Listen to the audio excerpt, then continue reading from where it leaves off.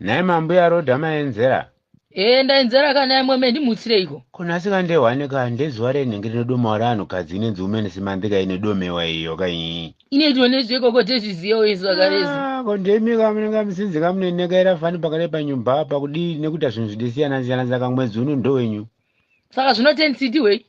chiri kundishamisa mani ndechekuti apa anenzi kurume apa pakurangariwa vanhukadzi munenge musitoka nenge kodzero dzenyu kaii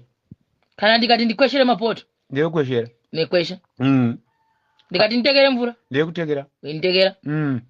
ndikati ndikondorere bota ndekukondorera mbuya rodha ndikati ndishambidze wendishambidze iwa mataura ndega mukati ikodzero koma kuti aiwa chi kopea handitakati ti nindibo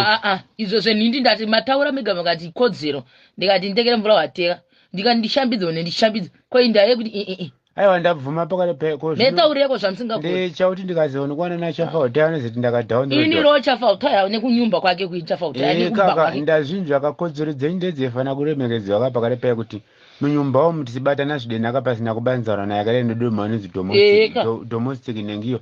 nendaya yekuti ana nokwava vakaona nisikunyoiseni manje zvanezi tapeyapo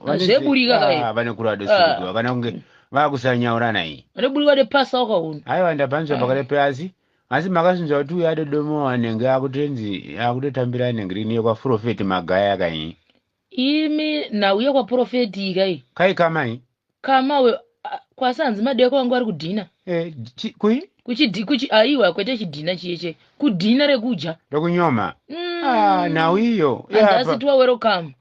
chirunguka icho awaraita mbuya rodha inini rege ndinombona nengi wakalebhire mekananzari kunamatira vanhu biwaipa